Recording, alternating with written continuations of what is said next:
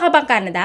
Or nagpaplano pa lang pumunta? Sa video na ito ay bibigyan kita ng mga tips kung ano ang mga dapat mong gawin bago lumipad papuntang Canada. If you're new to my channel, hello, this is Sally, and in this channel, I share my own experiences in nursing, real estate, finance, and living in Canada and beyond. Ano-ano nga ba ang kailangan ninyong malaman at dapat ninyong gawin bago lumipad papuntang Canada? Well, first, congratulations on your new journey. That will be so exciting. Ganyan din ako dati nung nalaman ko na pupunta na ako ng Canada. Ang sarap sa pakiramdam na yung pangarap mong makapagtrabaho at makapag-abroad at guminhawa ang buhay ay matutupad na. Ngayon, para lalong maging maganda at hassle-free ang pagpunta ninyo, ay bibigyan ko kayo ng mga tips. Number 1, ihanda ang mga documents na kakailanganin ninyo. Ito ay mga passport, syempre. Dapat ang passport ninyo ay minimum 6 months ang expiration date. Next ay ang inyong mga ticket.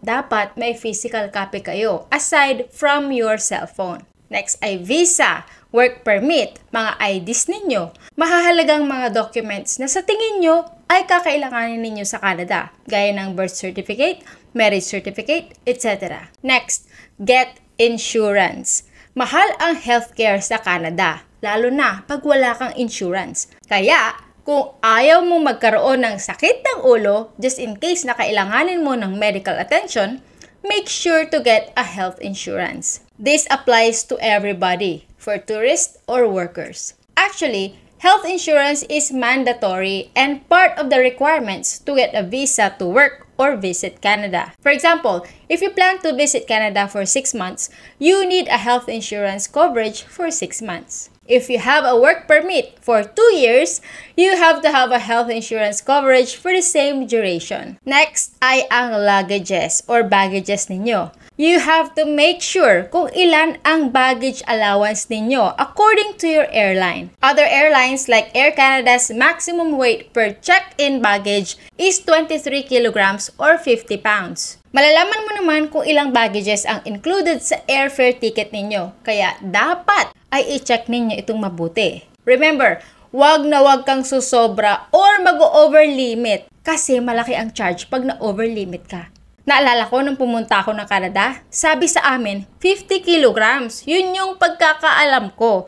So ang ginawa ko, pinak ko lahat sa isang bagahe yung 50 kilograms. Ngayon, pagdating sa airport, mali pala. Dapat ay tig 23 kilograms per baggage. So, ang ginawa ko, nagkalkal ako ng mga gamit sa loob ng airport. Buti na lang nandun pa sa labas yung mga naghatid sa akin, kaya naibigay ko sa kanila yung mga sobra at hindi kasya sa bagahe ko.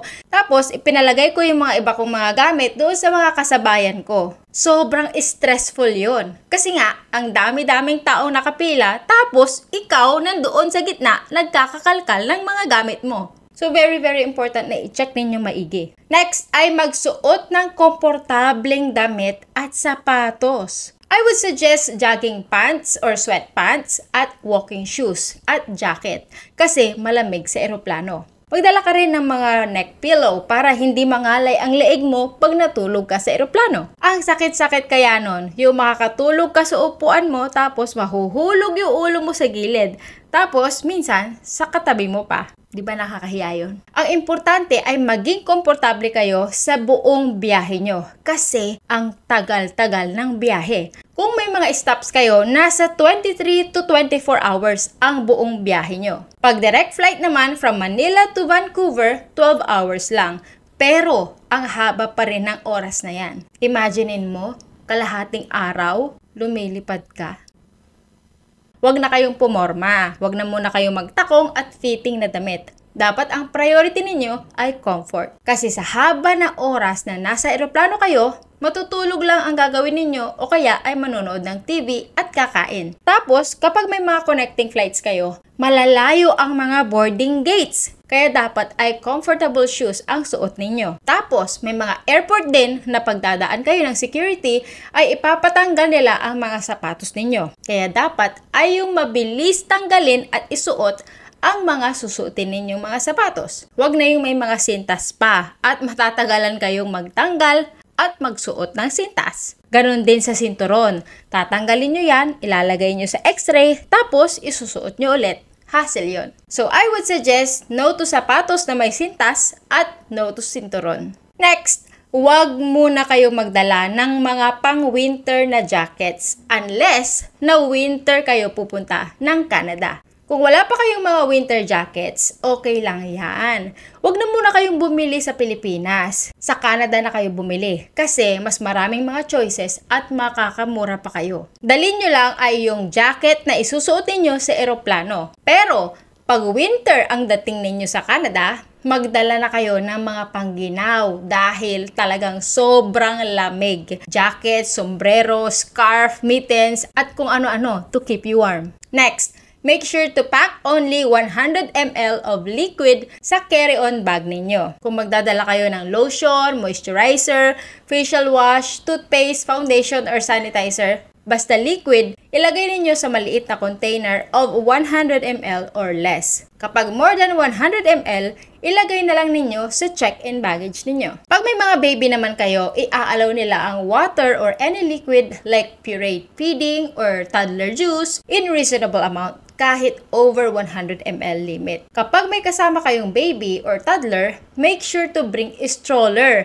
para hindi kayo mahirapan. At make sure na kapag susunduin kayo sa airport, dapat may car seat ang sasakyan na susundo sa inyo. Or kapag magta-taxi, ask for a car na may car seat. Dahil illegal pag walang car seat ang baby sa sasakyan sa Canada. Sobrang stricto sa Canada when it comes to seatbelt at car seat. Next, since napakahaba ng flight, magdala kayo ng mga pwede ninyong mapagkaabalahan, gaya ng books if you love to read, notebooks or games you want to do while on the plane. If you have kids naman, bring some toys or something to keep them busy and not get bored. Bring snacks and extra pillow. Kapag ang baby nyo ay nagagatas pa, breastfeed or bottle feed them during takeoff and landing. Next, get some Canadian dollars. I would advise na bago pa kayo mag-flight ay magpapalit na kayo ng mga Canadian dollars kasi siguradong mas mura outside the airport. Meron ding mga money changer sa loob ng airport pero baka mas expensive ang palitan. Magkano naman ang kakailanganin mo pagpunta ng Canada?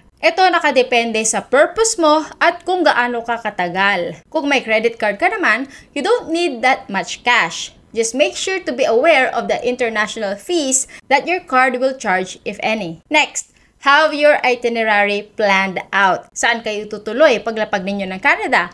May susundo ba sa inyo? Magta-taxi ba kayo?